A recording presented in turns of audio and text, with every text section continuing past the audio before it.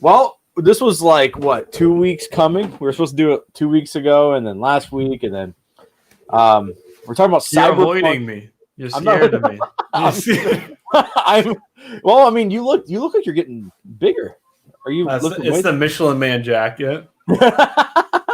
Well, I like texting you like, "Hey, do you want to stream?" Like, while I'm working out. So you do look a little, look a little bulkier, dude. Thank you. I have been lifting. Good. That's good. We just got a new gym in town. All the gyms. I was going to a gym 15, 20 minutes away, and like round trip coming home and everything's like just shy of 30 minutes. You know, like going there and back. Oh gosh, that's but it was the only thing 24/7. So yeah. But they shut down 24/7 because of COVID, and then a new gym opened up right down the street from work. So now it's 24/7. So now I just after work just go there for an hour or two and come home and try to sleep, but can't. But okay. But let's go and talk about Cyberpunk. So this is probably the worst game I've played in a long. This is the most. I mean, I'll just get right into it. This is the most generic open world game I've ever played. I mean, people who crap on Assassin's Creed, like this game just does so many. And I right before the stream, I was playing Red Dead, and in Red Dead, I'm just walking around on a horse, riding around, and I got robbed, or I got attempted to get robbed. A guy kidnapped a woman. And I had to chase him and kill him and save her. I ran into some random dude selling a treasure map, and all those things happen within an hour. And those are far more interesting than any interaction with any character, NPC or not, that I had in Cyberpunk.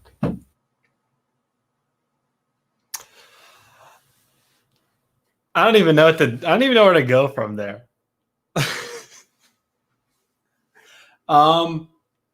I guess the immersion point that you're saying the game is not very immersive. Here's what I'll say, and so just to give people watching some context, I played this on an RTX 3080, so pretty much like one of the best GPUs you can get right now. Brag, Jesus. Yeah, and it's not to brag. The reason I say that is because my experience is drastically different than 95% of what people are playing. Like I have a friend who's playing on a 2070, which is a pretty relatively good new GPU, and his experience was very different from mine, which that should not be the case. If you spent $500 on a GPU 2 years ago, it should still be able to play the newest AAA games at really high, frame rates, good high graphical fidelity. But the thing that confuses me is that this game isn't doing anything that crazy. No. See, that's where I disagree with you.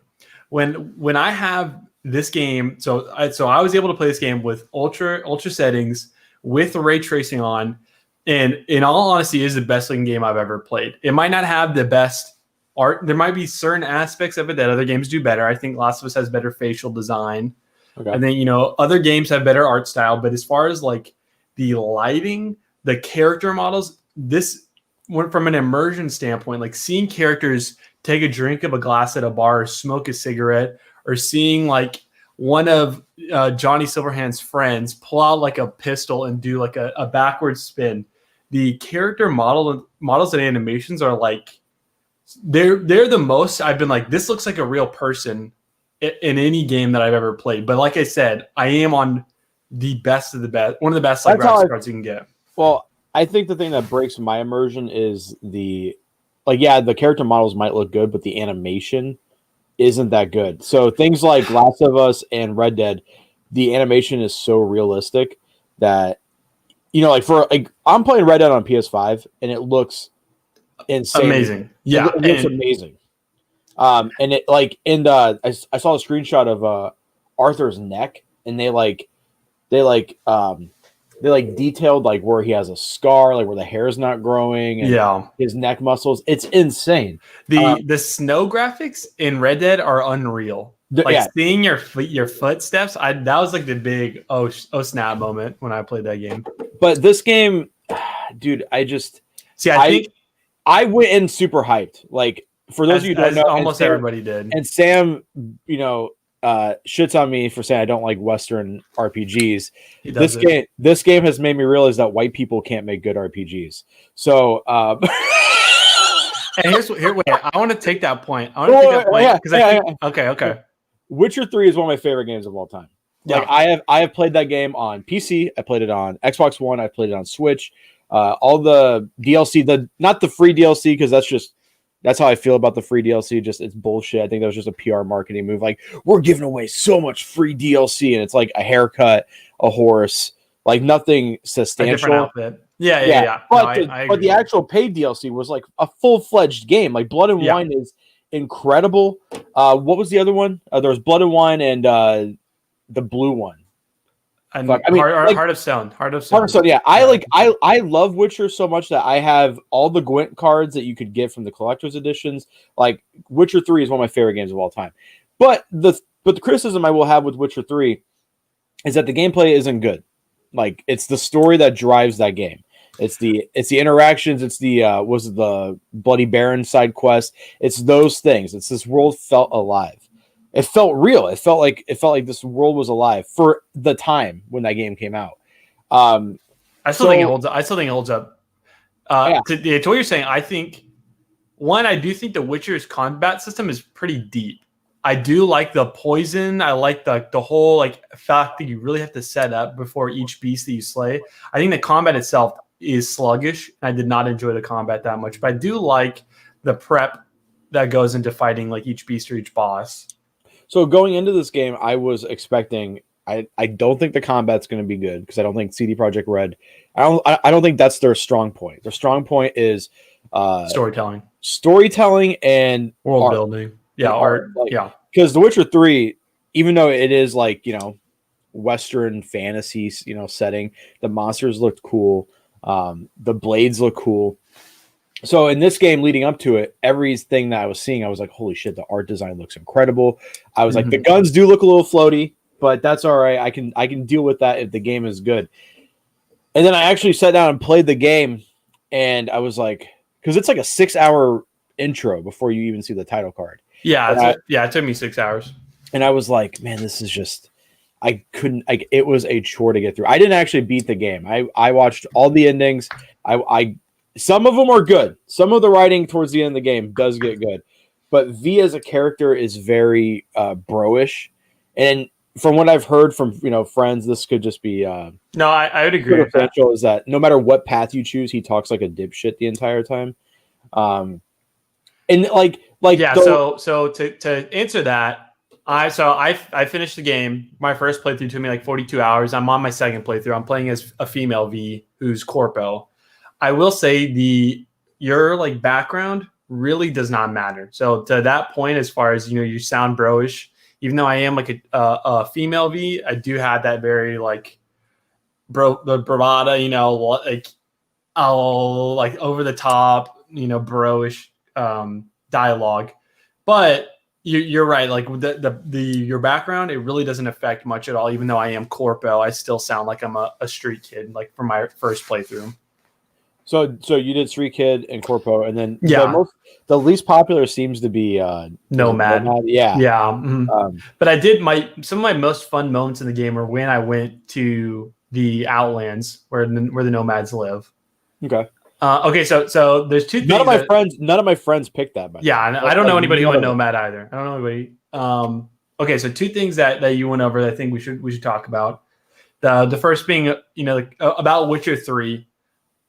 I do think Witcher 3 is a better overall game than Cyberpunk 2077. Yes. Okay, we can agree with that. Yeah, we can agree with that. But I will say I really did enjoy the combat in Cyberpunk. I think the guns are really fun, even though the gunplay is floaty at times. I did think the fact, like the creativity of the guns and also the physical weapons. So my second playthrough, I'm doing like all melee swords, and I am enjoying that as well. But I did think the gunplay was pretty fun, albeit floaty. But yeah, so I've seen people really rip on the gunplay, and I do think for some people they can't enjoy it, and I think that's going to be more like pick your poison. If you enjoy it, you enjoy it. If you don't, you don't.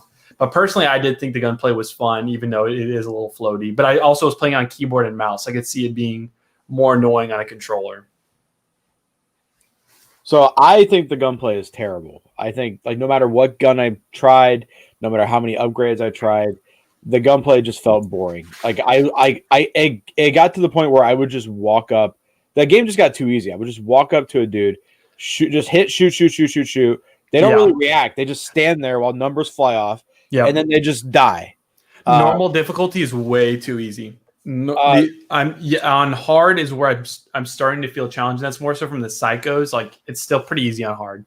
And then bosses also are too bullet spongy, and like they don't like. There's no reacting to your like, especially when you break out of stealing Johnny Silverhand.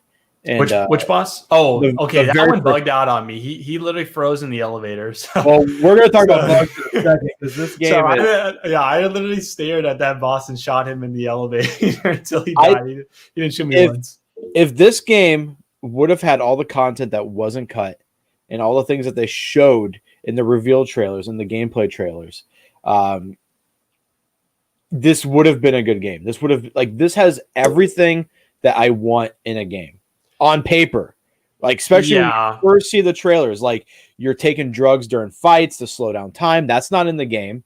Nope. Like hacking is literally it's not. Hacking is so unnatural that it almost like is. I never touched it after the brain dances are also 8 hours. Kind of boring.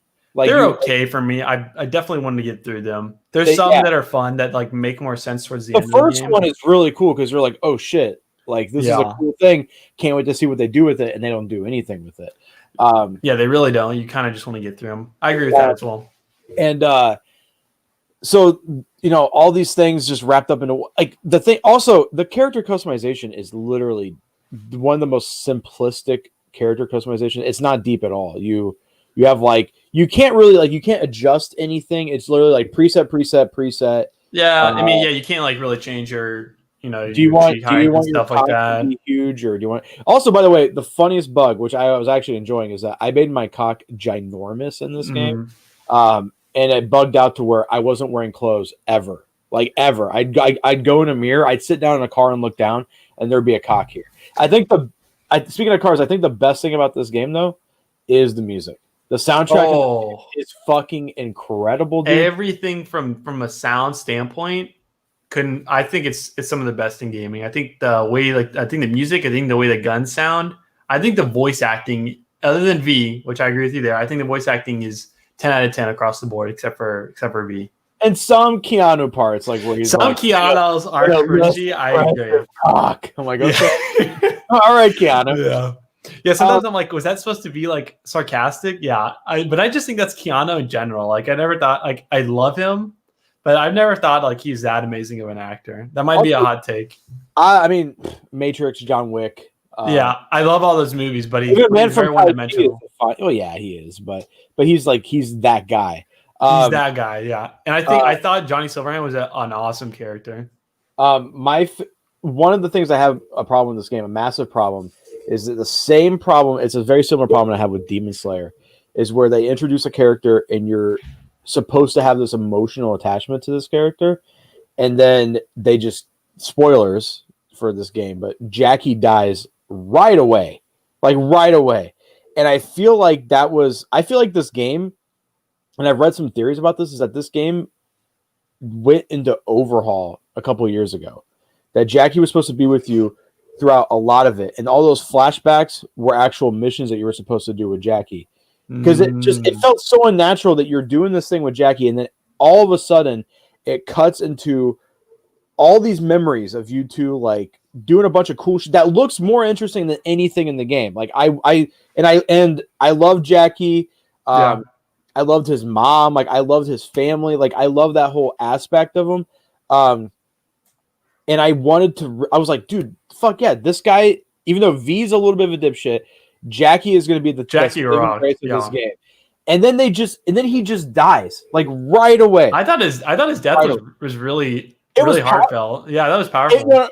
It would have been more heartfelt if we would have had more time with him, because all we got was like 2 missions with him, and like a memory, like a montage of missions that you guys did together. Yeah, I did. I will say, I kind of see that I see it differently than you. I saw that montage as like, because when you start the game, it's very siloed. So you started in a bar, you started in your corpo building, you go on one mission, so it's very linear. It directs you, then you meet Jackie, and then it shows this flash of all these events you do. So it shows you this is everything, like get a quick snippet. This is what you're about to hop into as a game. You're about to do these gun missions. You're about to buy these cars. You're about to steal this, and it shows you like Night City in general. So I just thought it was like a quick little get ready. This is like everything that you can experience in a quick flash. You know, you go into like the bar, you go see the person doing like the brain dance, lap dance, and you like steal his money. I thought it was like a cool little like get ready. It hyped me up. It did. I mean, it hyped me up too. I was like, oh shit. And then it was like, that felt like wasted. Like, it's the same thing as in Demon Slayer where, I don't know any Demon Slayer characters' names, but Dumbfuck, the main Dumbfuck character, goes and trains with two other Dumbfucks in the woods. And then those two Dumbfucks are actually dead, but you got no time. You got no time to like Tanjiro. Like those two characters, that moment, that reveal of them being ghosts or spirits or whatever, could have been a really cool, impactful moment, but you literally spent 2 chapters with them, and then the next chapter is just like, oh, they're dead. Well, and then like at least for like a couple volumes, it's not brought up again.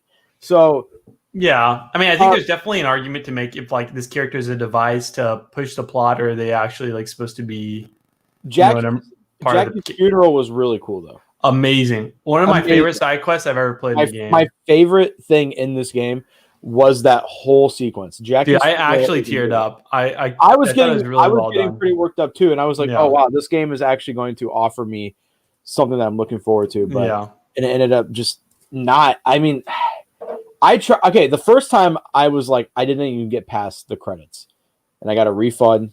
And then I got it on PC and I got it on. I mean, if I had it on console, I would have gotten a refund as well. I got it on PS5, and mine was running relatively fine until after the first mission where you steal Johnny Silverhand, and then it was just crash, or like I'll summon my car and my car's not there, but I am like driving, so I'm just like a naked dude with a cock, just driving around, and it's I mean.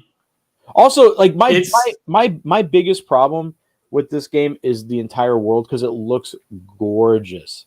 It looks so beautiful, and I don't know if you noticed this, but there's always on the horizon, there's always a sea of cars that you can never catch up to.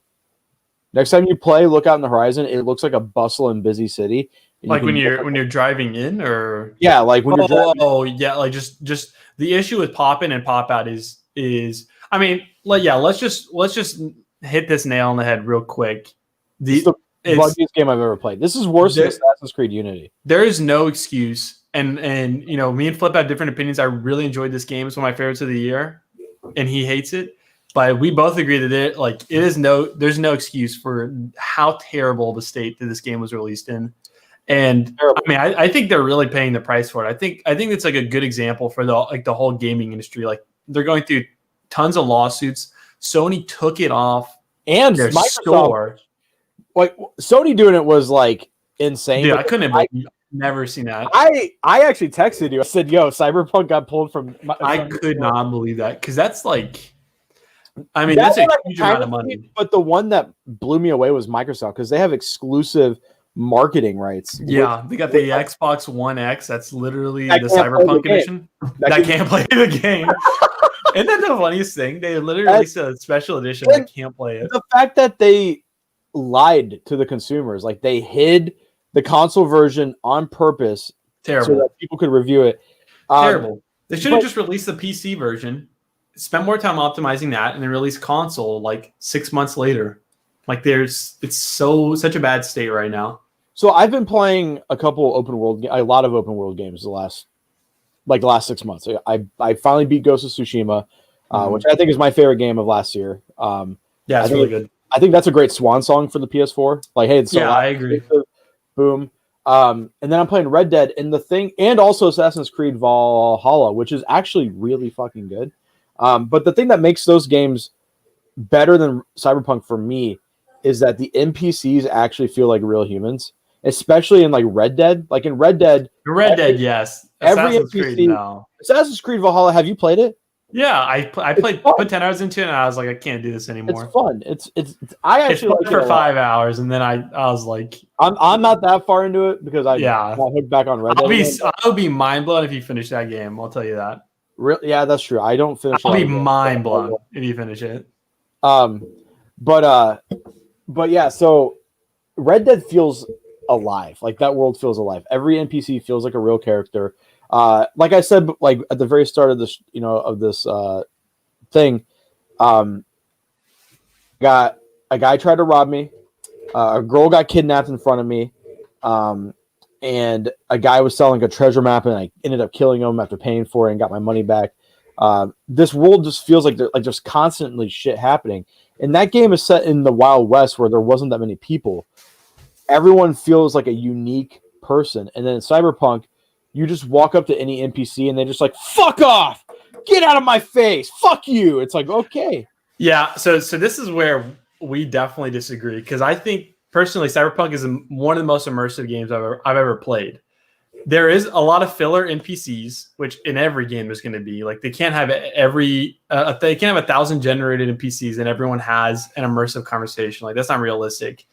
But like, I mean, there was times when I was doing a side quest, and it's not even like a popular side quest. It's like a very small side quest, and you could walk up to a random person that's like standing outside of a motel a apartment complex, and you can pay them a certain amount of money to tell you exactly where like a tenant is that's a part of this side mission. And I'm telling, like, so if you follow like the side quest and the main side quest, it's going to be hard to like walk around. You're going to feel like it's not an immersive world because you're not just slowing down, walking around the world and hearing what people are saying. My second playthrough is really when I started to do that. And that's when I would hear people, that's when I heard that random NPC be like, hey, are you looking for this person? I can tell you if you give me money, or you can choose to fight him, but I just gave him money and it helped speed up a side quest. Now, I want to just side note real quick. There's vampires in Red Dead too. I know there is in Red Dead, no, that's zombies. I don't know what he's talking about. That would be really sick. The zombie expansion in Red Dead 1, did you play that? Yeah, was it Undead Redemption or something like that? Yeah, Undead Nightmare. So amazing. It was so fun. DLC. But yeah. I mean, like you're the only, this is of course anecdotal evidence here. Yeah, you're the only friend out of all my IRL friends that are on Discord that bought this game. You're the only one that finished it. Every one of these guys that are just hardcore PC gamers fucking dropped it like it was. See, that's so wild to me. Like on my Steam, I can see all my friends that have it, and every single one, it's like one of my friends, Parker, 72 hours played. Like another friend, it's like 60. And I know these people have good setups, but I understand that it stinks on console, but for people who have like a good PC, like I don't understand what you want from a game. I think the story is extremely well written. I love I can't think of a game in a long time that I can remember so many characters' names, like Rogue, Pan Am, Judy, Johnny. Like I literally Kenny. Who's the bitch that leaves? Evelyn. So when she leaves, you can just go to her apartment, and she's sitting there, and you can sit down and talk to her. And when you talk to her, or that might be Judy, half-shaved head. She goes to Oregon or something in the story. She's like, I'm on my way to Oregon. You can go to her apartment, sit down, and she plays you can talk to her and see she's saying the dialogue she says to you over the phone, word for word. It's like they didn't think any of this stuff through. Yeah, and I mean, it's definitely buggy. I'm not disagreeing with that. But the times where it's everything's clicking, there's no bugs. It's like sometimes I was like, dang. Like obviously there's never that point where I'm thinking I'm talking to a real person, but I'm like, dang, this really feels like as close to a real conversation in a game as I can get, apart from like, virtual reality or something like that. The way you feel about this game is how I feel about Ghost. Like when you were like, I can name characters and moments. That's how I felt about Ghost of Tsushima. And I didn't like Ghost of Tsushima at first. So maybe when they put out the official PS5 version, I think when it's finally like as bug free as possible, I think a lot of people are going to realize how great of a game it is, and it just really sucks that it's in such a bad state. There's too many like scripted moments, like at the very opening, like when you're getting chased by cars and you're shooting them.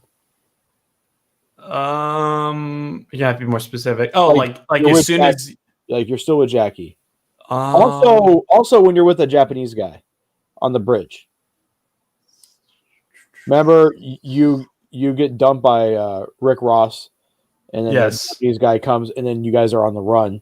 Yes. Right when the prologue ends, essentially. If you don't fire your gun, those cars will just explode at a certain time. I mean, that is definitely a scripted. Now that you mentioned that was definitely a scripted one, because I'm blasting these suckers in the head. I've hit them 15 times, and they're not. Yeah, that was definitely scripted, but that's what I sent Sam 2 nights ago, or last night, or something. No, I like I said, I think there's good critiques. My favorite review on it is the skill up review, which is like an hour and 15 minutes, and he doesn't pull any punches on like the negatives. But I think like at its core, the things that Cyberpunk does well is like it really, really kills. My biggest issue though is still I don't think the writing is good, and I don't like all the tech stuff, like all the Ripper doc, like all the menus, like in Red Dead, you walk into a store, you can literally browse and look at shit in the stands and then buy it and use it. In Cyberpunk, that is a cool level of immersion. I agree. I mean, it's just menu based, and then the whole Ripper doc thing. You literally, besides the first time, you get a cool animation. They're showing you what's going on. That's what I wanted. And they pop out your eye. Yeah, they don't. I mean, that's true. The menu comes up, you buy it, and then it just goes away. It's just and there's a lot of areas where it's like with the marketing, you're thinking everything is going to feel realistic. Everything's going to change the game for open world RPGs, and we can touch on the point of RPG because I would not say this game is an RPG. No, not. I think it's an open world, multi-choice story action game, but from an RPG perspective, it is lacking greatly. Yeah, severely. And also your dialogue choices don't really mean anything. It's about as much of an RPG as Ghost of Tsushima was.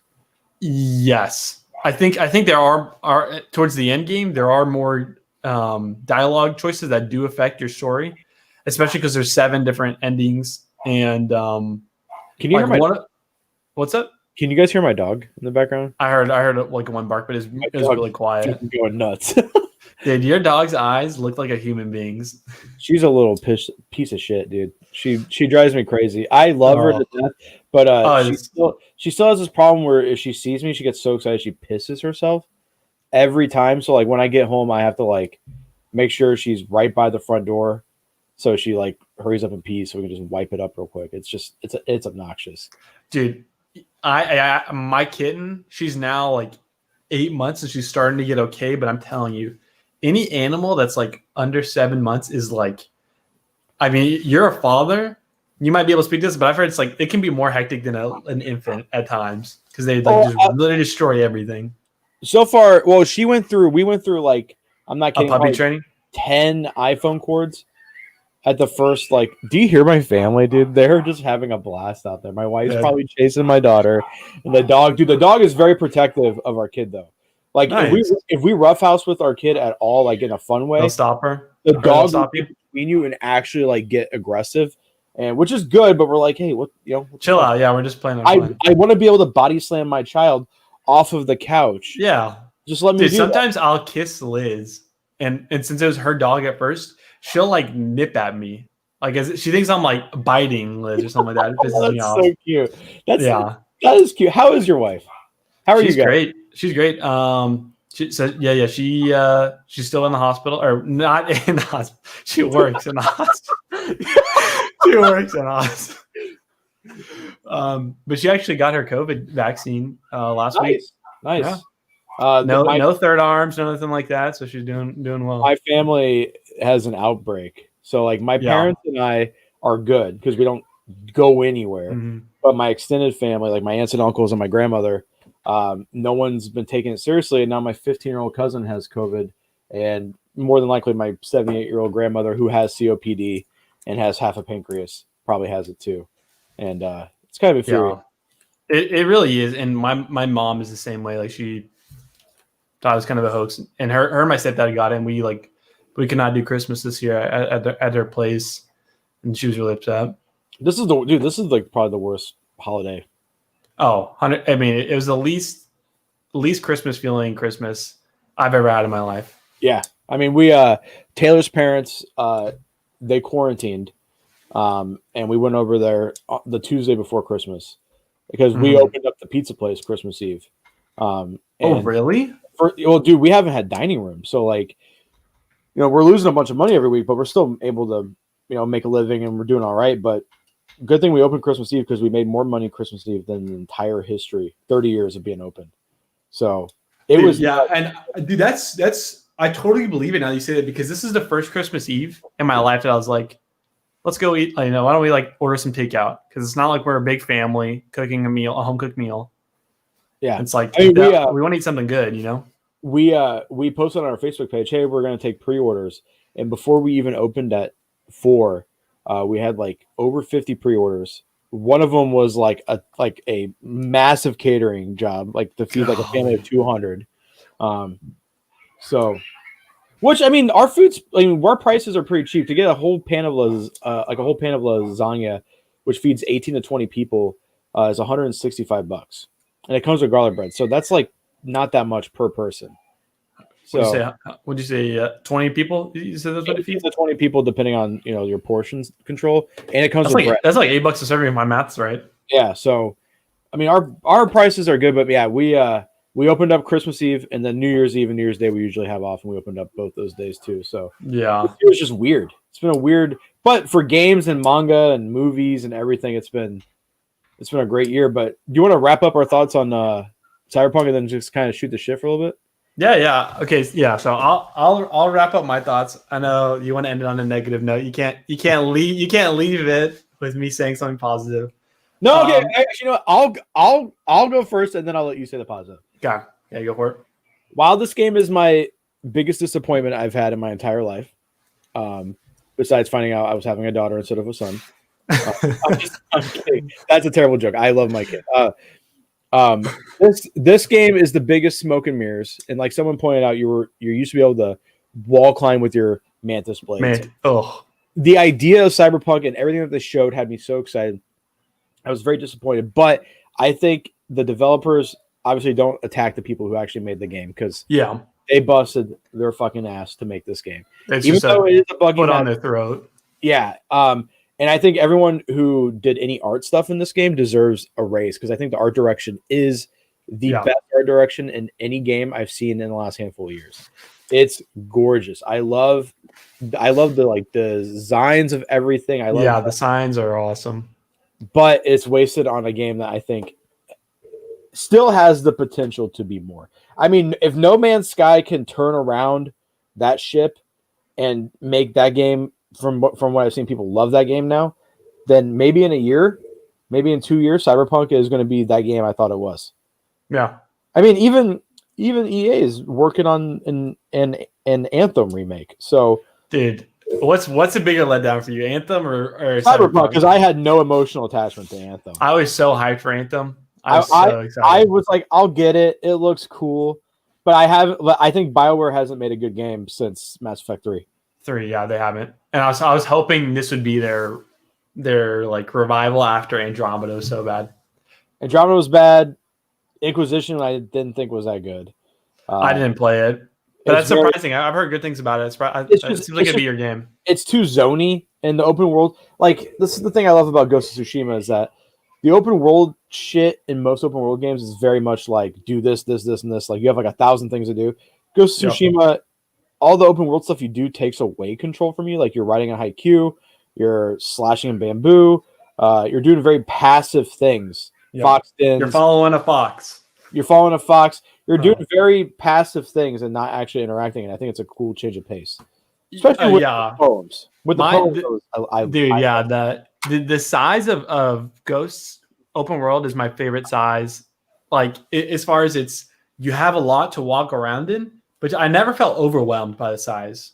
Yeah, I mean, and each island is varied, and I hate swamp areas in any game. Every every time there's a swamp area in Dark Souls or any MMO I play, I hate swamps. Yep. In this game, I was like, wow, this swamp area is very cool. Like, Yeah.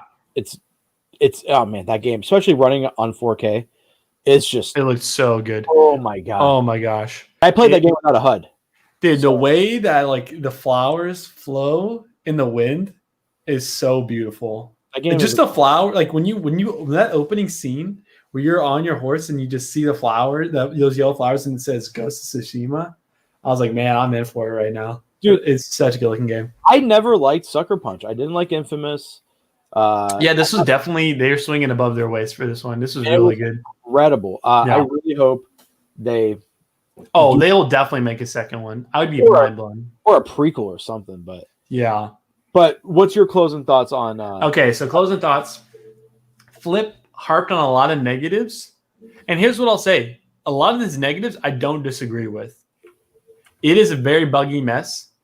The combat is pretty floaty at times, and that can be annoying for some people. The promises that CD Projekt Red had, as far as this is going to be the most immersive game of all time, you're going to have so many options. You can climb on the wall with a mantis blades, things like that. It is definitely disappointing compared to like not the hype that I had, which I did. I was very hyped just because I like the company, but from their marketing, the hype that they allowed the consumer to have, because they really were marketing this as like a game-changing game. Like when I rolled the end credits, a part of me was like, dang, I was a little disappointed. I was like, that's it. Even though I did go back and play it some more because part of me does and did love that game, but also part of me is a little disappointed because of all those overhyped promises. But overall, there are areas in the game that I was left disappointed. But I think like Flip said, Night City, the design like build of it is that alone is worth checking out, because the amount of like heart and effort that went into making this feel realistic from a standpoint of this could be a real sign in this world. Like this could be a real outfit that someone wears. This could be a real bar. This could be a real car. Like all of those felt like a lot of like blood and sweat were poured into building the city and the whole ambiance of the world. That's amazing. I genuinely love every character. There's a few that kind of annoy me, but every character that I interacted with, I thought they had interesting dialogue. I was never like picking up my phone during dialogue scenes. I was very invested, and I thought that the storyline at times it's kind of generic. I agree, but the storyline, it kept me interested the whole way through. Like I wanted to see V's story throughout the end, and I wanted to help the side characters with their storylines as well. So I think the story, the side characters, they're all, for me personally, I really enjoyed them. I loved the world, and I thought the guns and combat were really fun too. And it was just, for me, a very immersive experience. But I am on the one of the best gaming rigs you can get right now, and I know that's not the case for 99% of gamers, which is going to give you a very different experience. So my recommendation is, if you can get your hands on a next-gen console, do that. Wait until that optimized port is out and play that game. Or if not, wait another 6 months and play it on a current-gen console until they have done some serious work, because there is a nice gem, not a diamond. There's a nice little sapphire, ruby under all that crap that is currently what the game is right now still. Even though they've done a lot of fixing, it still is, in my opinion, not in a great, it's in a bad, very poor state. Now, I'll probably come back to that game eventually. Yeah, and I think you should. I didn't like Red Dead at first. Like you like Code Vein more. I liked Code Vein more, and then now in hindsight, dude, I'm like, wow, that was a bad choice. I know. Maybe I would not agree with that. It's just the fun in the moment. That's my favorite thing I think we've ever agreed on. We lost like 10 viewers at that point. They're like, fuck this. Fuck. They were like, wow.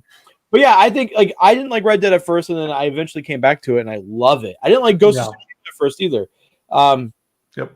I didn't like the Yakuza games at first, but surprisingly, Yakuza takes place in the same city. Mm-hmm. Those developers are able to make that game feel more alive and more interactive than Cyberpunk, in my opinion. Yeah. But you should really give the new Like a Dragon. Yeah, dude. Yeah, as soon as it is only on sale for like $45 on Steam, but as soon as it hits that $30 threshold mark, I'll definitely pick it up. Especially because we're about to be in like a big drought of games until like March. It feels like. I'm so excited. I'm so excited for everything that's forthcoming, dude. But yeah, I mean, I have a stack of games to go through. I still got it, you know. Yeah, what is Red Dead what you're currently playing right now? Red Dead's what I'm currently playing, and then I'm probably gonna start Yakuza 7 again. I played it a little bit, but I went back to Red Dead. But I've just been watching movies, man. Just been watching. I still haven't even beat Demon Souls.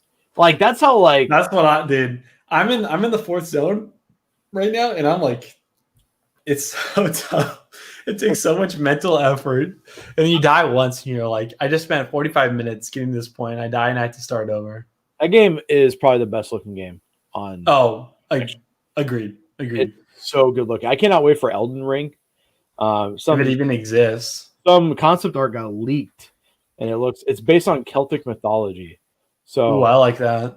Yeah, so I'm excited to see what they do. I still want a Bloodborne sequel. I want something. Oh, what I want is a Bloodborne 60 FPS 4K update on the PS5. Amazing. And I think the reason they haven't done that yet is because they're going to release like a enhanced edition or something to get a How are you chatting with people? And like you're just like not missing a beat. You're like typing shit and having a full conversation. Hey, I'm bisexual. Yeah, I'm bisexual. I have a chip in me. I have some cyberware that helps me multitask. So besides games, what have you been reading? You been reading any good manga? Dude, I have been reading good manga. I've been reading Kengan Ashura. I didn't think I'd start reading it. That's sick, dude. It's really good. I like I did the Unspoken. I downloaded an app on my phone that lets you read manga that's not from a good place. Did you not see my tweet earlier, Sam? I didn't see your tweet. That's why I sent that message. That's why I sent the reply. I'm gonna beat you up, Sam. How else can I read Kengan Ashura? I read scans too. Yeah, but you know, I do too. But we also spend a stupid amount of money on manga. Yeah. So, although, we do. We support the industry more than most people. Yeah. But I've been reading Kengan Ashura. This app that he used it's called Tachiyomi. It's Android only, but it's a life changer. As some people in Android and chat have it, they know what I'm talking about. It's the best app of all time. Anyways, so I've been reading Kengan Ashura. It's badass. All the hype that I heard about it, I definitely believe it. Yeah, singing that swan song for I mean him and Gear, like there's been a ton of people who are obsessed with it, and I finally checked it out, and it's great. Super badass, dude. Yeah, it is. They're very, very, very badass masculine characters. I actually read a chapter last night before I went to the gym because I was like, okay. Oh, it hypes you up. I was like, this guy's doing like 1,000 push-ups before when they wake up. People are like those dudes are like so incredible. They look like me, bro. You do look swole, dude. Your neck looks thick. Look at you. Damn, Sam. Damn. Oh, damn. Look at that tricep. Shit. Look at that peak, boy. Woo! Respect. Come on, boy. Come on, blood. I have nothing on underneath this. I'm completely naked. I have shorts on, though. I actually am wearing shorts this time. I just have no shirt on. Okay. I have a hoodie. Nice. Yeah, I took my jacket. I was getting a little toasty. The Cyberpunk takes are making me hot. So Kengan Ashura, and that's I've been reading Kengan, and I've been watching Attack on Titan. Obviously, I haven't watched it yet, dude. I can't. That's like I can't put myself through 26 weeks of waiting. The waiting. It's not worth it. It's not freaking worth it, especially this last episode. Has the fight in the city happened yet? No, but you remember? You know what I'm talking about, right? Remember when two people meet right before that happens? Yeah. One person that is like being secretive. Do you know what I'm talking about? Yeah. So they meet, and then what you're talking about happens. That is literally the last second of the last episode. Those two people meet. When's it come out? The next episode? It's in like 6 days, dude. It's next Sunday. I can't wait. God, I don't want to resub the Crunchyroll just to watch. Oh, dude, it's good. It's great. As someone who's been reading, and I haven't read the chapters in a while, but I'm way past. I haven't either. But I the last thing I saw, we're not even gonna get there. We're not even gonna go into it because there's people here who haven't read it, but it gets better, way better than where it's at. I want to know: is it really just 26 episodes? There's no way in there's no humanly way. Is that what they've said? It's 26. They haven't. Have they confirmed? Chat. I'm sure someone in the chat will say it. Have they confirmed how many episodes? Because last time I heard, it was like a really low number, and I was like, "Oh no!" Like, but has Mappa done a good job?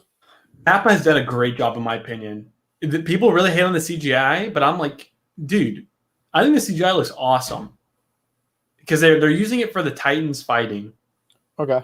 Kind of like 16. Okay, Duty says 16. Zero says 26.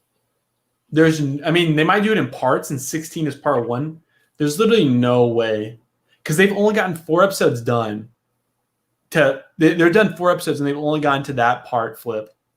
But they haven't even done the fight, which you're talking about. They haven't even started that. Oh God. Well, Attack on Titan will be releasing. Okay. I can't find. Because the thing is, I'm pretty close. I'm not totally caught up on the manga, but I'm pretty close. And I'm like, I don't even know how it's going to end. I don't feel like the end is that close. Attack on Titan season 4 will contain 16 episodes. They have to be doing parts. They have to be doing a part 1, part 2, and part 1 is 16. Wow. Yeah, they have to cover over 45 chapters. There's literally no way. There's no way that this is going to be the final season. Then.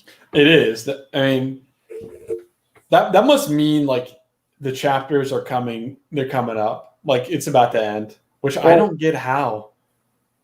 I could see something like he better stick the landing because there has not. This first problem with manga as an art form is that it's so hard for creators to stick an ending.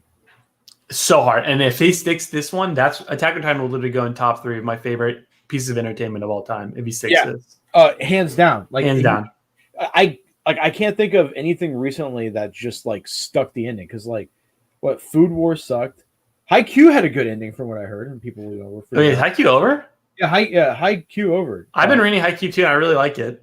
I'm surprised I'm liking it so much. What ended recently? Promise Neverland had a bad ending. Demon Slayer had a bad. I heard it was just okay. I haven't finished it. I'm like on volume 19. But as like an art form, like manga, it's so hard for them. I don't know.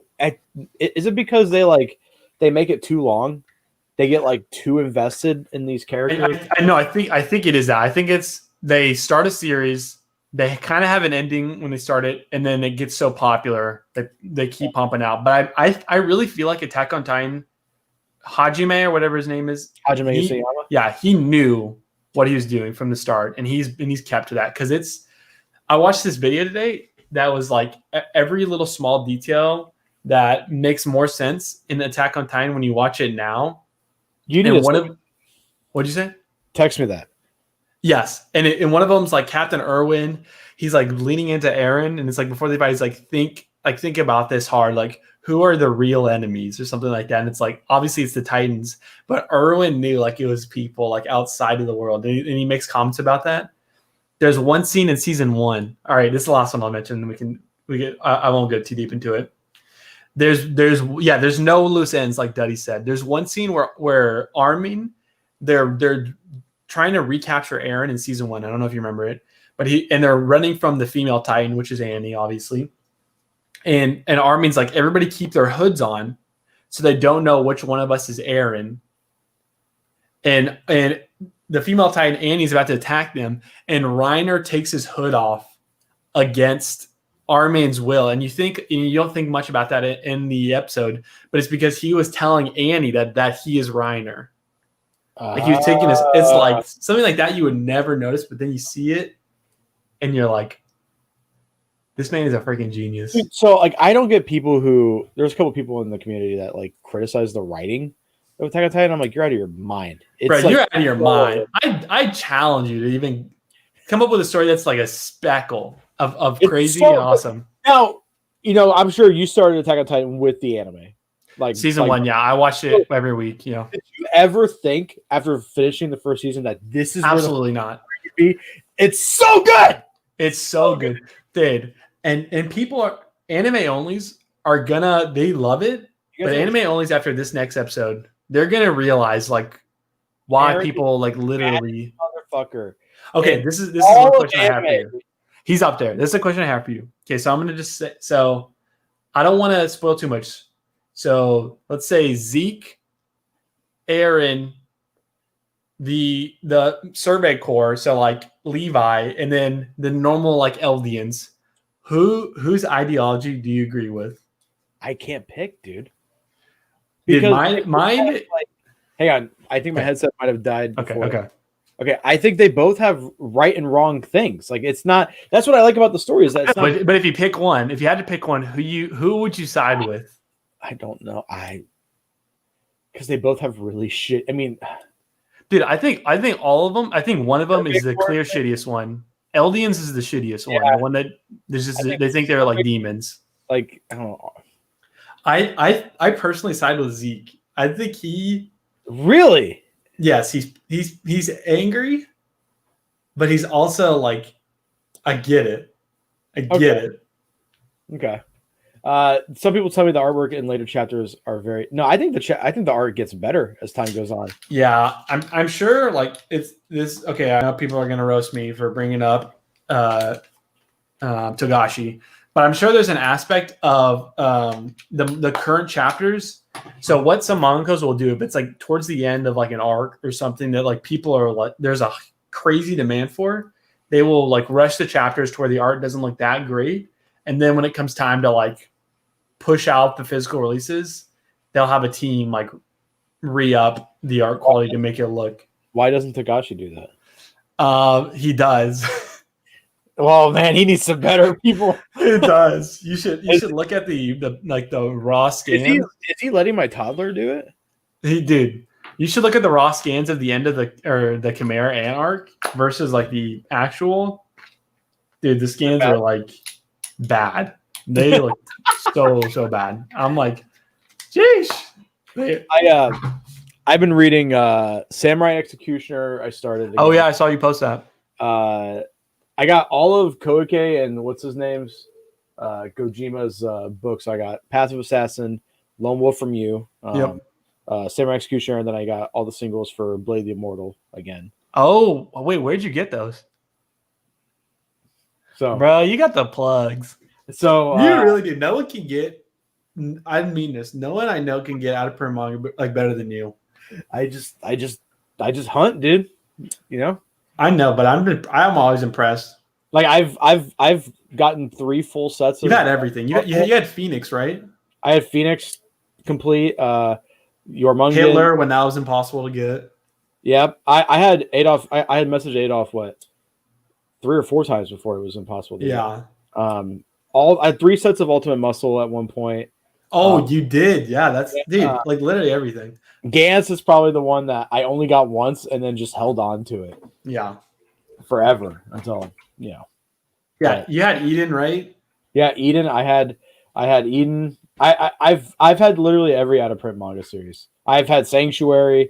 The only one I haven't had is Path of the Assassin. This is the first time I'm going to be reading it. Yeah, so I'm excited because I heard nothing but good things. But I mean, yeah, I still have quite a bit of manga. I just I got that Glick. Get that Glick 1 million. What is that? But no, Flip's an investor. Didn't you sell Gans for like 1,000 or like 1,500?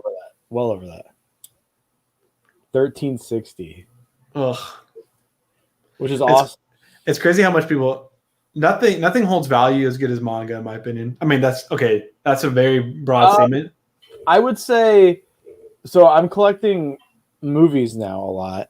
And I noticed that Arrow Video box sets are just because they only do like 2,000 to 3,000, and they tell you like, hey, if they sell out, they sell out.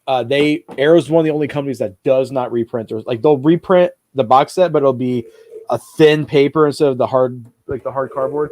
So like right behind me, the red one on the right, that box set's like probably $450 to $500. That one sold out. And then the purple one and the black one are each about $200 to $300. And Okay, so you gotta know what to get. pretty much this whole row is probably like $2,000 or $3,000 easily. Okay. But I bought them for retail, so like $60-$70. Yeah.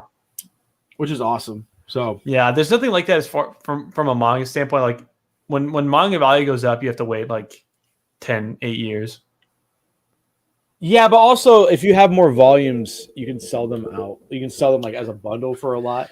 So Yeah. I mean, and this is why I love physical media over digital. Is that you know, like for instance, here's 2 kung fu movies. Even though I only spent $5 on this, this is going to be at least worth $5. I can sell it again for maybe even 3. But I'm not going to because that's too much of a pain in the ass. But like, look at this book. Oh man, this thing is a beast. Okay, so this is that Berserk? Oh, what the? This is Sin City by Frank Miller, and this book literally weighs 20 pounds. But yeah, this book, this is going out of print twice, so it's currently in print on demand from Dark Horse, I think, to where you have to special order it. So, Interesting. But once that's done, they're not going to print it again. So I went ahead and got it again because I really like it. Their hardcovers are great quality. Jesus Christ, dude, it's 20 fucking pounds, and I just did arms last night, so I'm pretty shot. Yeah. And then these 2 books here, I picked these up. You guys know Fantagraphics? They do what manga did they put out? Fantagraphics. They put out Nichigahara Holograph. That I've never heard of them. They've done they've done Nichigahara Holograph. They've done a couple other like artsy fartsy manga, but this is like Streets of Paris. These are 2 hardcovers. So like once this is out of print, this will go up. And then this one, I found this on the marketplace. This book is like $500-$600. I found this for $45, sealed, brand new. I haven't even opened it yet because I'm thinking about reselling it, just selling it instantly. So is that a bug?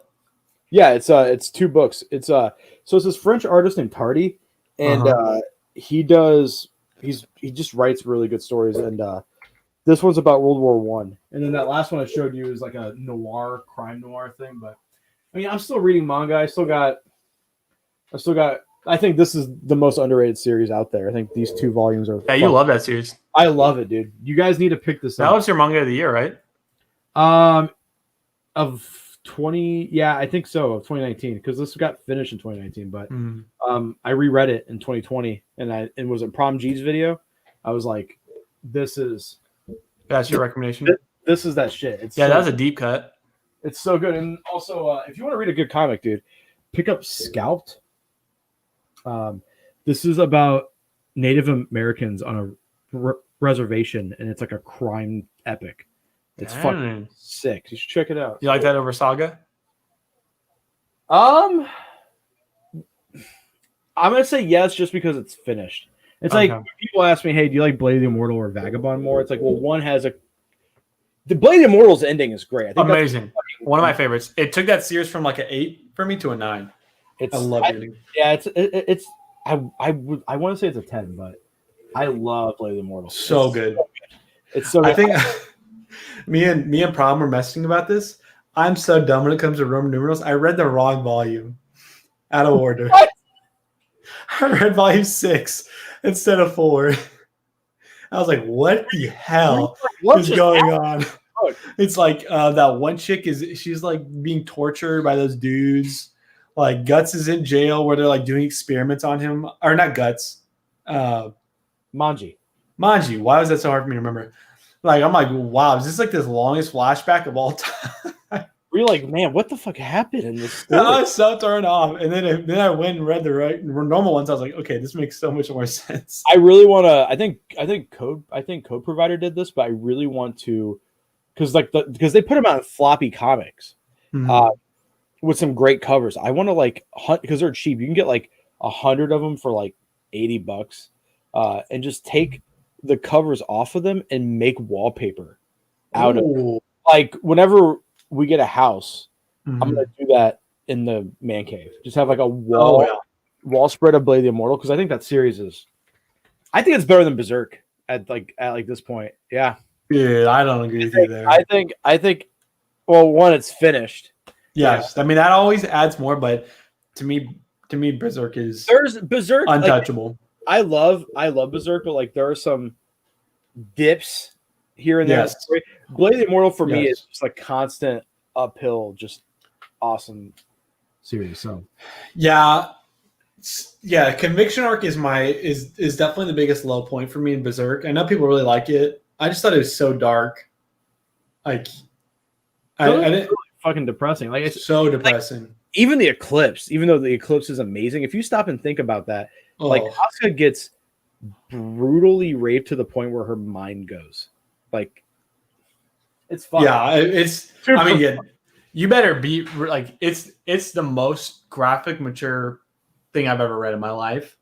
But I think one thing that's like underrated about Berserk is like those moments of like safety and peace just feel like so much better, like so much more amazing. Those moments always give me anxiety because I know something. Bad's coming. Something like bad. When they're in like the fairy's hut or whatever. I felt so bad for everybody. I was like, shit's about to go wrong for you guys. Bro, but that's when Serpico, whenever he gets his little sword, he's like such a beast with. Hey, Lady Farnese.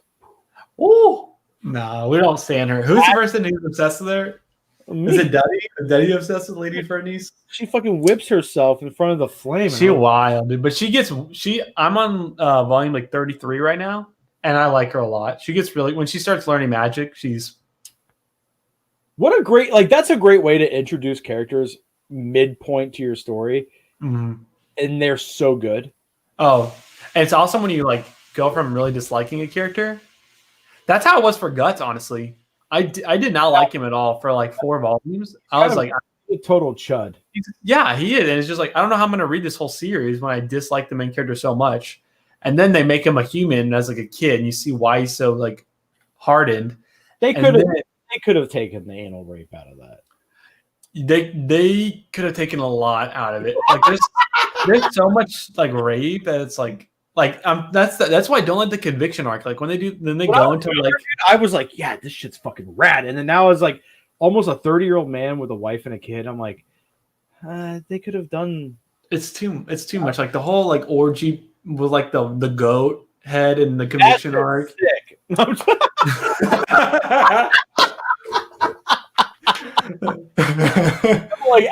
my favorite part. That was what do you mean, dude?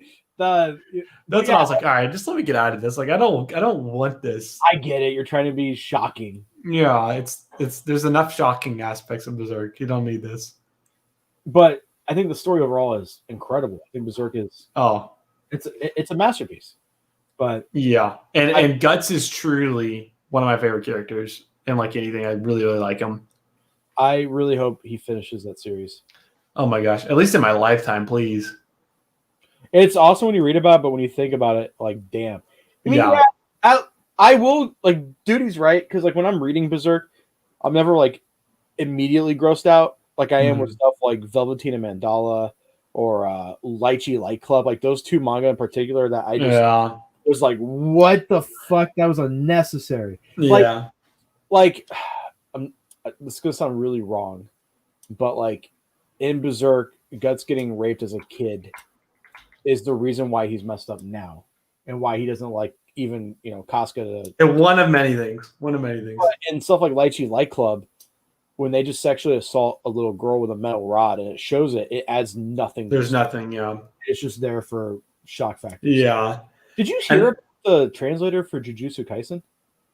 No. The guy who was translating Jujutsu Kaisen, like the official manga for Viz, got caught with a bunch of child porn. Like at least that one. At least that is. He has a YouTube channel and shit. Really? Yeah. Yeah. Is it Base Senpai? Wait, do you still have Base blocked? Yeah, I'll never unblock him. I will never unblock him from anything. Why? He's a good guy. My quality of life increased when I cut off every form of communication with him. Why? I love Trevor. He's like just the most negative person.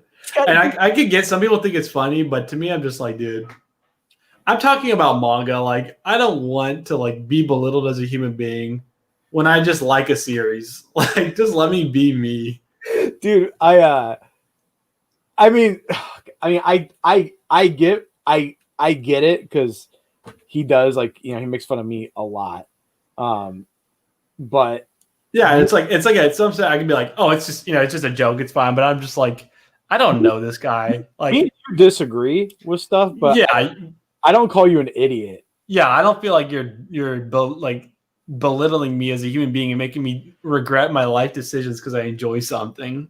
Someone wants to know why did you block him? Like, what was? So I mean, it's just like if you like anything that he doesn't. Because I heard this from someone else. I heard it secondhand. No, I mean, there was like one moment where like it was a tipping point. I mean, it's about basketball. I mean, the moment, the instance that like I blocked him, it wasn't particularly bad. Like, I didn't think anything in that moment was bad, but I just had like a moment of clarity. I was like, well, I probably wasted like 10 to 20 hours of my life arguing with this person I'll never meet in real life. Like, adds no value to my life as well. I was just like, why do I allow myself to get so flustered and like waste energy? So I was just like, I'm just going to block him from everything. And then I like a couple days after, I was like, was that the right decision? And then like a week after, I was like, why did I wait so long to do this? Bass is a good guy. He has a girlfriend now.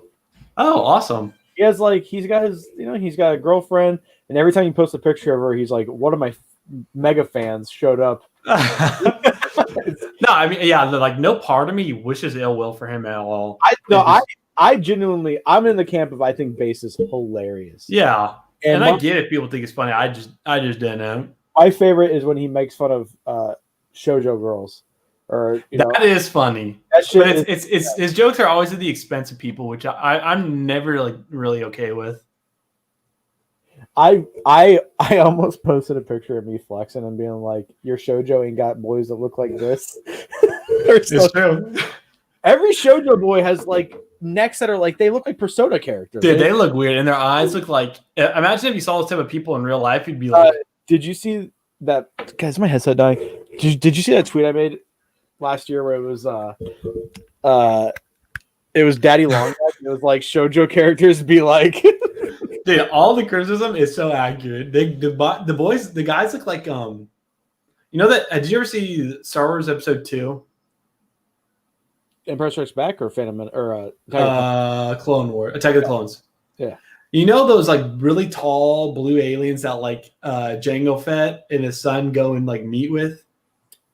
Kind of like in the background. It's a deep cut. But if you do, their eyes look like shoujo like shoujo guys, and it creeps me out. I have the same feelings for shoujo as I do Star Wars. Yeah, I mean, Star Wars is something that I'll always hold near and dear to me because I loved it as a kid. But what Disney has done with the series, aside from Mandalorian, is like. Well, I have a fan theory. Anytime Star Wars has not directly been inspired by Japanese movies, because it's known I mean, like, look, the main trilogy is based off of Hidden Fortress by Akira Kurosawa. Great set of films, and then the prequels suck. Disney, what they've done sucks, and The Mandalorian is literally a ripoff of Lone Wolf and Cub. So, anytime that they don't have the Japanese, keep doing it, Disney. Keep stealing, Disney, because we want the good stuff. Mandalorian is great, dude. Yeah, I mean, but like it doesn't feel special. Like Star Wars doesn't feel special anymore. Oh, all the love, and neither does Marvel. Like it's just like there's 1,000 fucking things in now. It's like okay, whatever. I think criticism for Marvel is fair, but I think what they did with Endgame and Infinity War is like great. I think I think that whole plot line. Just the whole MCU, like if you look at it, how big of an influence it has on the world. Yeah, it's unreal. Like they did a good job, even though I do think all those films feel very sterile. In my opinion, they play it safe every time, but it's a formula. It's very entertaining. I don't own a single Marvel movie, or actually, I do. Either on Blu-ray. I own Spider-Verse. I love Spider-Verse. That's a good movie. That's one of my favorite movies. That's a great fucking movie. So good. Have you seen Japanese Spider-Man? No, there's a Japanese Spider-Man. Dude, oh my god, I'm gonna pull this up. So there was a tokusatsu show of Spider-Man back in the day. That's actually where we got the mechs and Super Sentai were inspired from Japanese Spider-Man. Here, I'm gonna show you here. I mean, I like it's so clear that so much entertainment is stolen from like Japanese. Look at that. That's Japanese Spider-Man, and that's his mech in the background. Was this before Spider-Man? Yeah. Was this before Stan Lee created it? No. Stan Lee. So Stan Lee was going to do something with Sentai, and they like swapped rights. So Japan got the rights to Spider-Man. Oh. 70s. When did this? Let's actually look at when this. What the frick? In 1978 to 1979. He's gonna be in Into the Spider-Verse too. They announced that they're gonna put him in there. So wait. Oh, Spider-Verse 2, is that what you said? Yeah. So what's everyone's New Year's resolutions? Mine is to watch 365 movies, read 300 books. That is so many movies. He doesn't mean any of this. Lose 80 pounds and be able to bench 455 again. That's my. You know what I'm not excited for? Going to the gym tomorrow and seeing all the new people.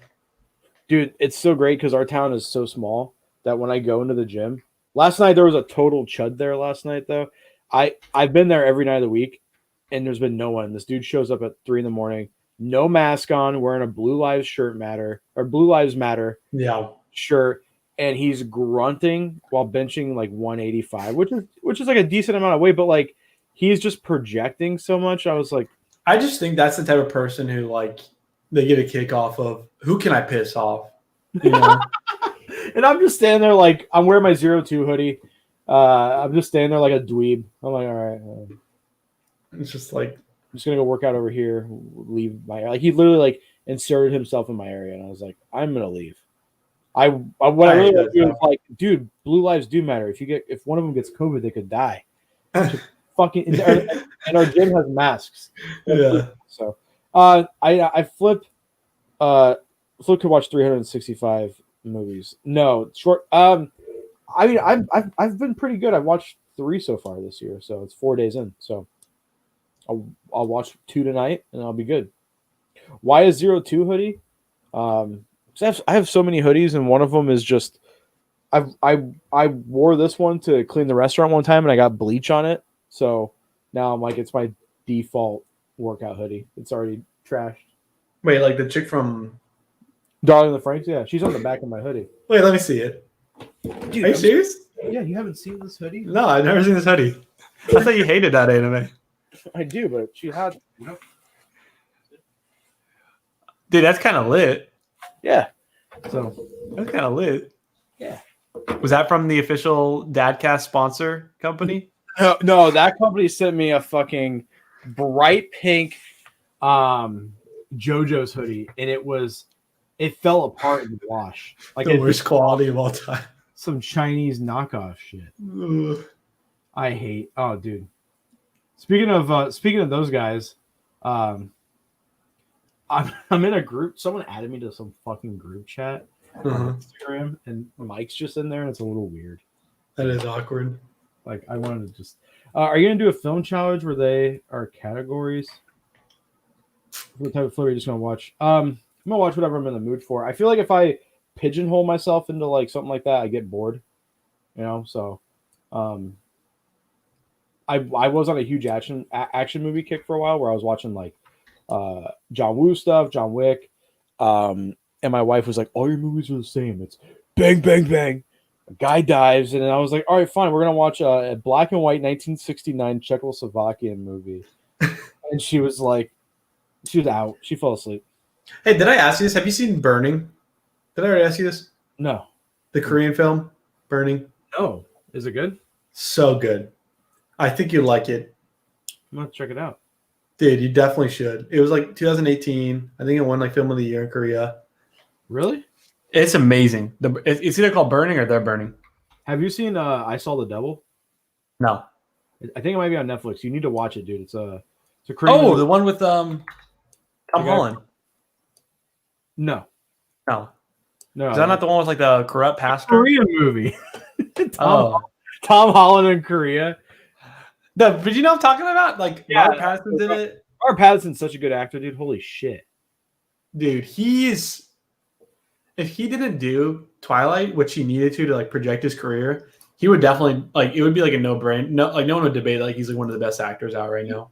Twilight probably made him enough money to live off of the rest of his life. Yeah, I mean he needed it to boost his like popularity in his career. He was amazing in Tenet. Yeah, I mean he was definitely the best part of Tenet. Tenet was okay though. Sam, you sent me the link for combustion. Combustion or burning at the high temperature exothermic redox. You're lying. You sent me the link to fucking definition of burning. Okay, the link has the print here. Just copy it and click it because the link has the parentheses, but I guess it freaked out on that chat.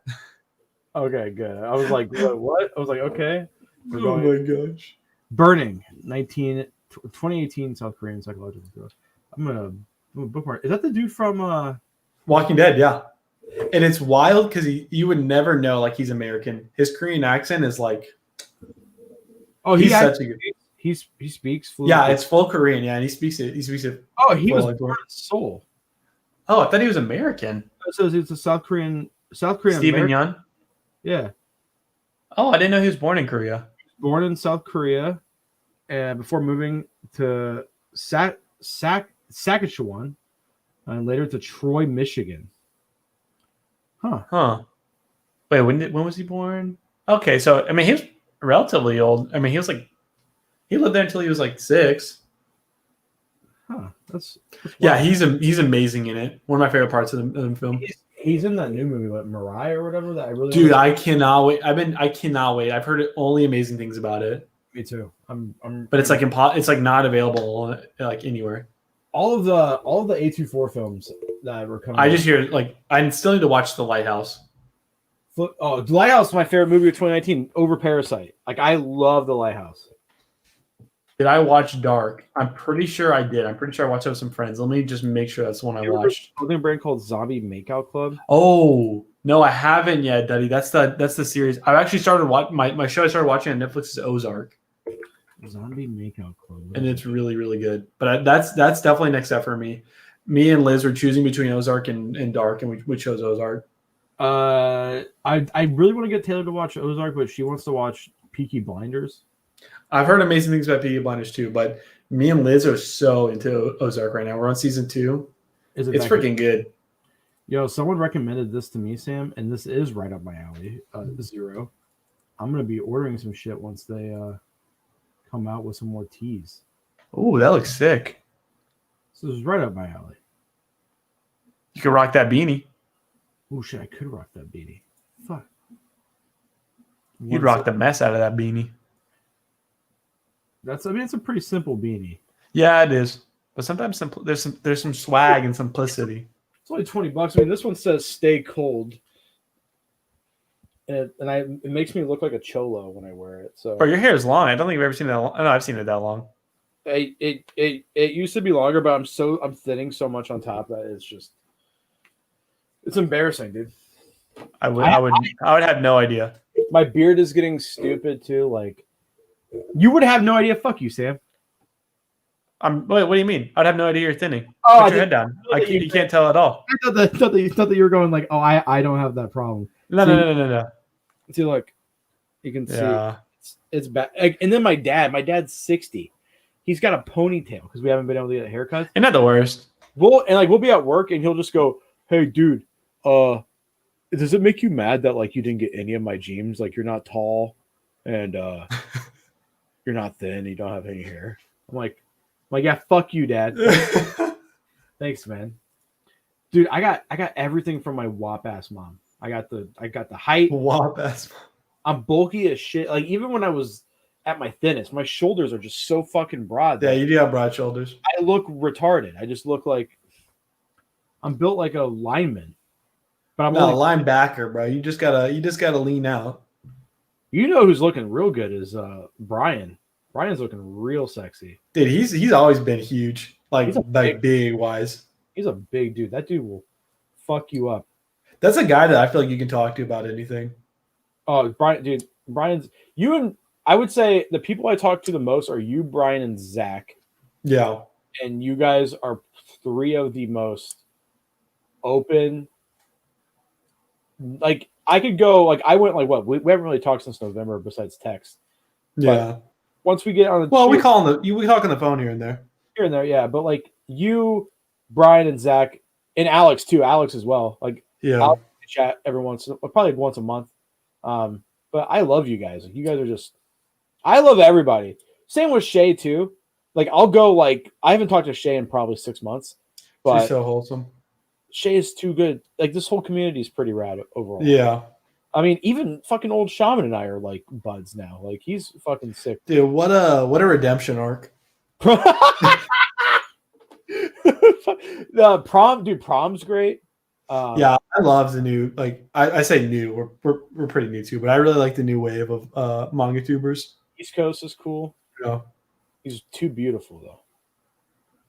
Yeah, he's like He's too good looking. like a marble statue at times. Yeah, he needs to stop. Like Got you, chiseled jaw. you too. You're so handsome, dude. You're a good looking guy.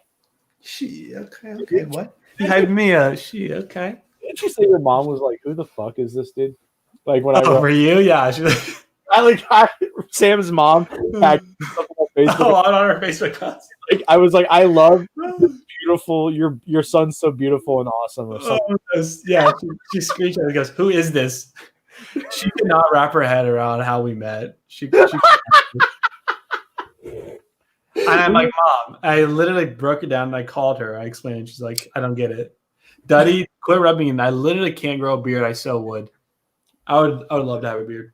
You can't grow a beard at all? No, I mean, I can grow facial hair, but it's. I know people will say, "Oh, you should just do it," but it does not look good. It's so patchy. It's a blessing and a curse because like, it's at that point where it looks like shit, and I'm too lazy to like trim it because it's a lot of work to like fucking get it. Yeah, it is a blessing. I'll always look younger than my age. Yeah, it's definitely. I'm 24, so you're no way. You're 24. Yeah. God, you're the same age as my wife. Dude, we say this every time. God, are you pre or post Blade? Do you not get that meme? Like the movie? We were doing a stream one night. It was like a 5-hour stream with Prom. I don't know how we got on the subject of Blade, but I wasn't allowed to watch it growing up. But I think I'd be pre. I was around. Well, Prom goes, "Oh, I'm post Blade," or something like just like he like Wikipedia just casually goes, "Oh, I'm post Blade," and then I just thought that was the funniest fucking thing I've ever heard of. Pre or post Blade? Not dang. My wife is in the chat.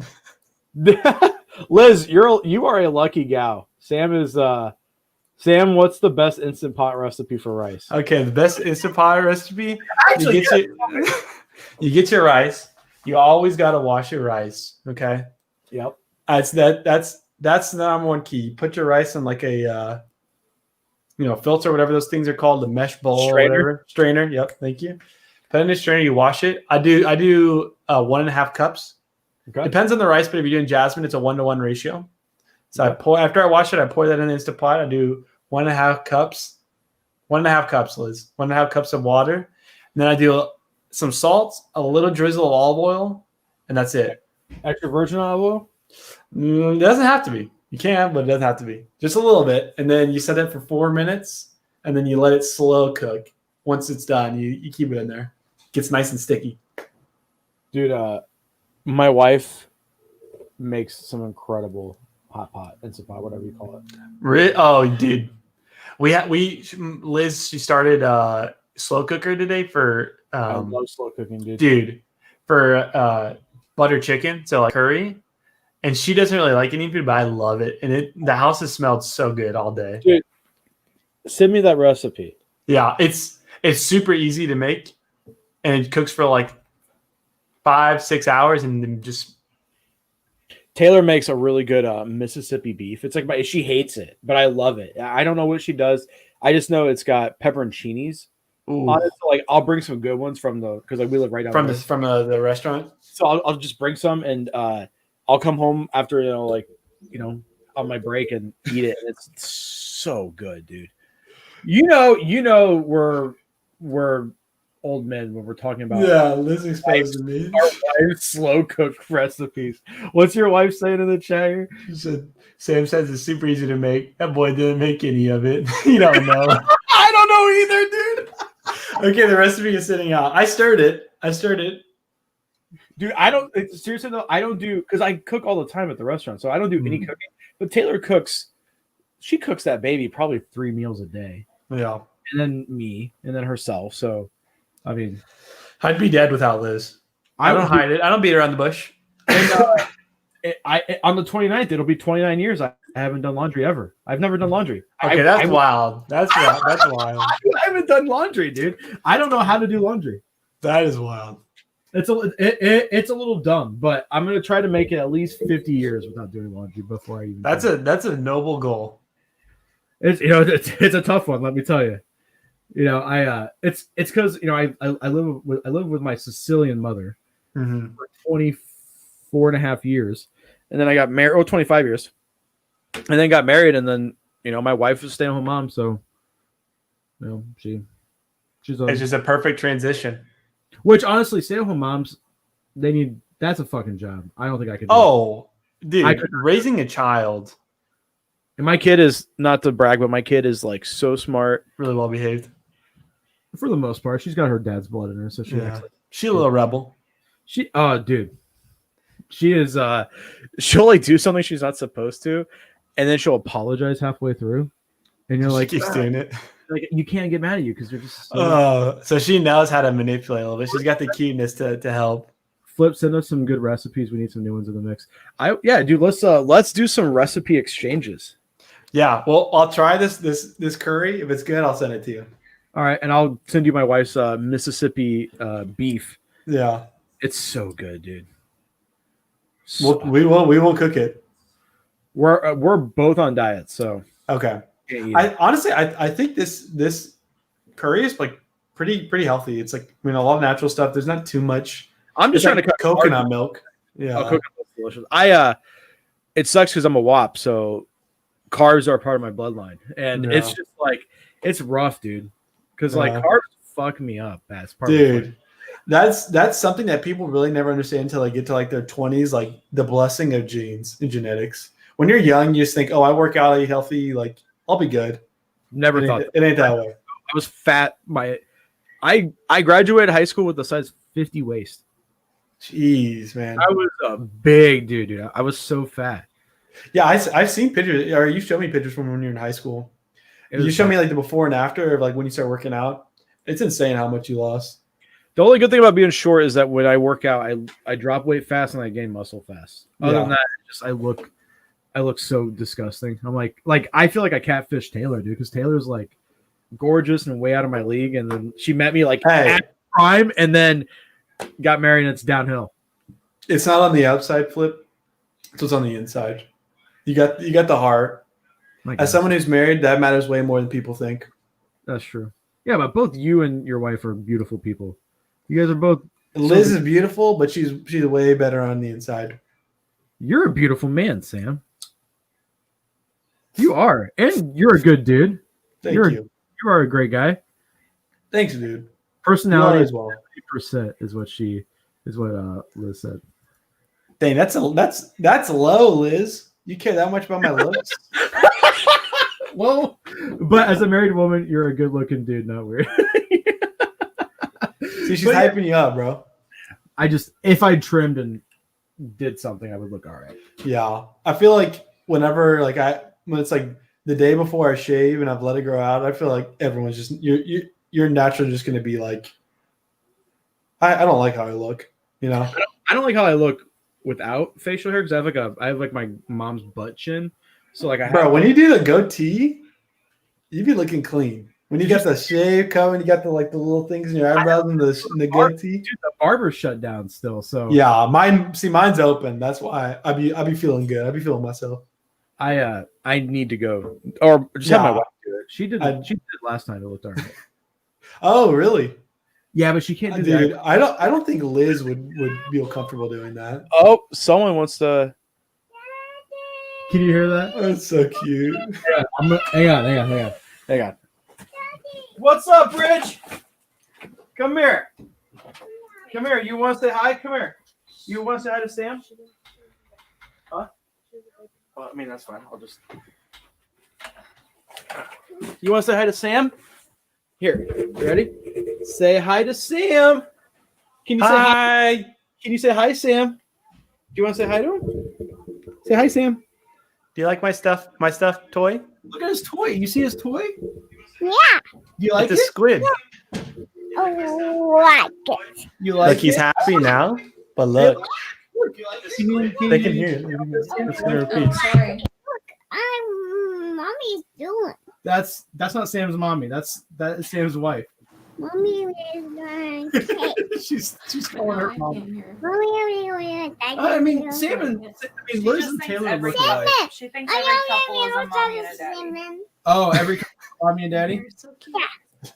Oh, Liz says her hair is very cute. Oh, thank you. Well, hey, Liz says her hair is really cute. Taylor says thank you. Hey, Brigida, who do you? Hey. it's a moo. It's a moo. It's a moo. It's Oh, also freak. mommy. It's also me. 7, 8, 9, 10. Yeah, Daddy, we all know. I have no idea what she's saying. And mustard. Here, do you want to wear my hat? Do you want to wear my hat? No. No, Come here, Mo. Put you. She loves that mic. You're gonna be thugging out. Look at you. Oh. Ooh, that's so cute. Hey, can you say peace up, A-Town down? yeah. Okay, then say it. 6, 7, 8, 9, 10. 6, Close enough. 7, 8, 9, 10. I'm going to 6. Okay, we know 6, 7, 8. She's killing it with her numbers. Remember. 6, 7, 8, 9, 10. Hey, can you say hi, Sam? Hassan. Oh, that's so cute. You're giving me baby fever. Mommy. Look, her mommy's over there. Is what she said. Oh, that's so cute. Hey, can I have a kiss? Look, Mommy. Can I have a kiss? Look. No kiss for daddy. Dang. Yeah, dude. She swerved you. Yeah, she swears me a lot. Dang. Kiss it. Kiss it. Me don't know, Daddy. You don't know daddy. You don't know your daddy. I'm right here. I'll watch it. Do you like? Oh, hey, look. She likes her new pickups. Do you like Kaiser? Yeah. Or no, sorry, Yeah. that's Grenadizer. Can you say Grenadizer?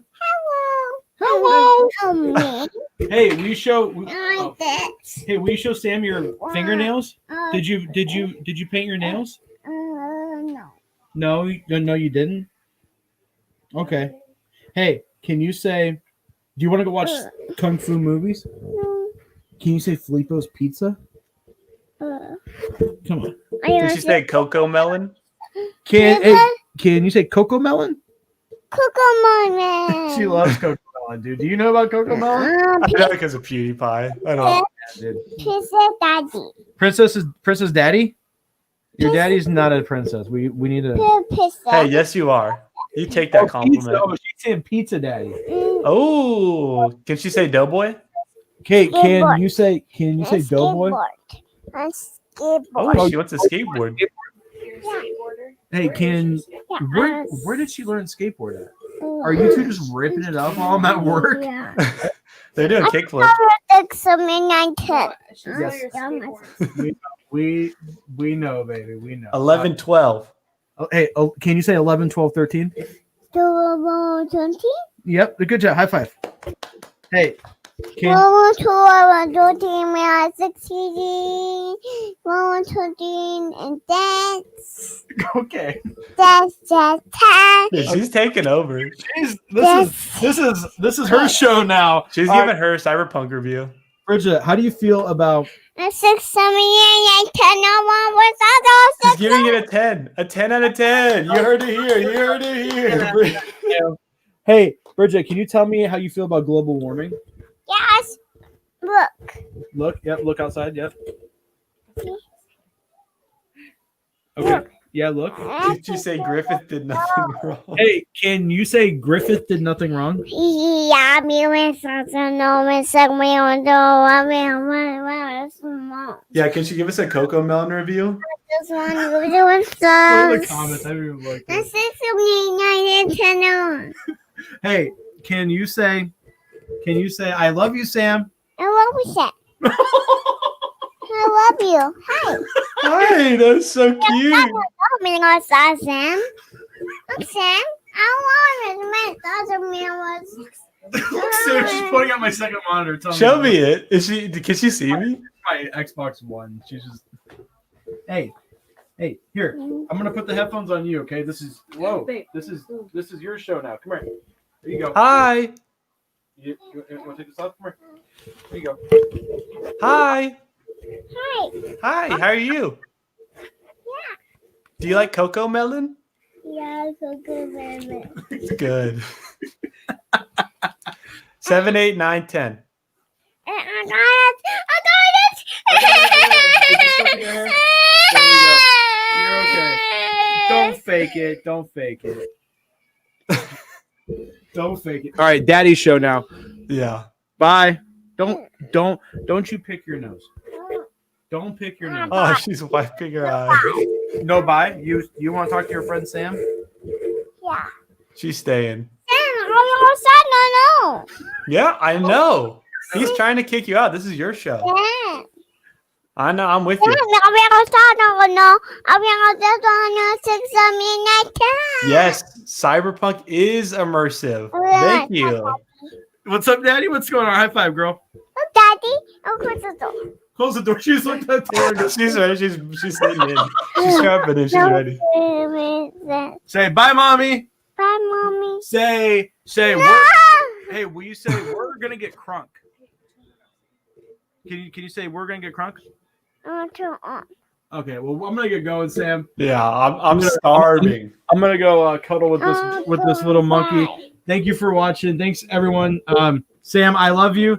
And look, there's Liz and what's Bye, the bye, no, bye. Jimmy's making an appearance. look at the kitty cat. You see the kitty cat? Yeah. What is that? Kitty cat. Kitty cat. Yeah. No, close the door. It was good talking to you, Sam. I love you. Oh look, Love Reggie. you too, bro. Look at the kitty cat. Look at the kitty cat. She's so excited. She's here. Look at kitty cat, mommy. Look at the kitty cat, mommy. You me so Look bad. at me, Look, I see it. And that's a blue, dark blue. Sam's wearing a dark blue shirt. Yeah, she's. I am. Where's Priscilla? Dark blue. Here, I'm gonna trade out baby for dog real quick. I'm gonna show you my dumb dog. Yeah. Let's see the dog. They said that. Yeah, he's gonna bring his dog. Oh.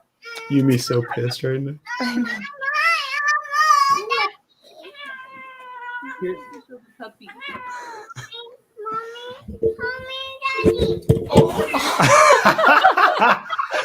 Dude, Priscilla, look. that dog has the eyes of a person. Priscilla, look. Hey, look over here. Look over here. Look over here. Look over here. Oh, Oh, dude, she was freaking. I thought she was bigger. She's not that big. She's so cute. she's so big. All right, dude. It's a zoo. Wild. Oh, good. All right, Priscilla, you're free to go. Love you. All right. It's a family stream for sure. Oh man, dude. And we're gonna. When are you guys gonna have? Yeah, I'll be out there in a bit. When are you gonna have a baby, Sam? You guys trying? Not anytime soon. We got 3 years at least. That's good. I mean, we had one. We found out we were pregnant 2 months after we were married. And Jeez. as much as I love it, I do suggest having fun alone Yeah. because we have not. Yeah. Silence since we had. Yeah. But she's like Yeah. our best friend. So Yeah. I mean, yeah, I know for sure you don't regret it, but in a perfect world, same person, maybe a year later or whatever, you know. Yeah. So I mean, and also right now with COVID and shit. Yeah, our big goal is we want to put a yeah, for real. What Daddy said. Our real goal is we want to get our house first. That's like our number one goal. I flipped out strokes. Jesus Christ. I mean, that's our goal this year. Yeah, This year. yeah. So, it's just It's a lot harder and a lot more stressful than you people would don't think. understand the amount of shit that goes into trying to find it. I know I didn't. Are you guys gonna get like a first time homeowners loan? Yeah, for sure. Because it's such a low. You have to. I mean, yeah, we're gonna put like 10-15% down and then get a first time home. Loan. Last year, COVID. Then I got in a car crash. We had to buy a new car. Yeah. So all that shit just. Dude, when you're buying stuff, like when a car poops out, you don't realize like. And we're having car problems right now. Money stuff, yeah. Someone's back. Someone's back in the room. Come here. Someone's back. She just ran and shut the door on her. Did you ever pick up like manga volumes? My worry is like if I have a kid, they'll just grab like a Berserk volume and start reading it. I love you. All right, Bridge, we have to go. Can you say bye-bye to Sam? Say bye-bye. Bye. Say I love you. I love you. All right, say Oh no! will you say Cyberpunk sucks? No. Wow. Oh, Do we say Cyberpunk sucks? yeah. No. Yeah. Yeah, she's going, yeah. All right, Sam, I love you, buddy. You have a I good love you too, bro. Great stream. See you, chat.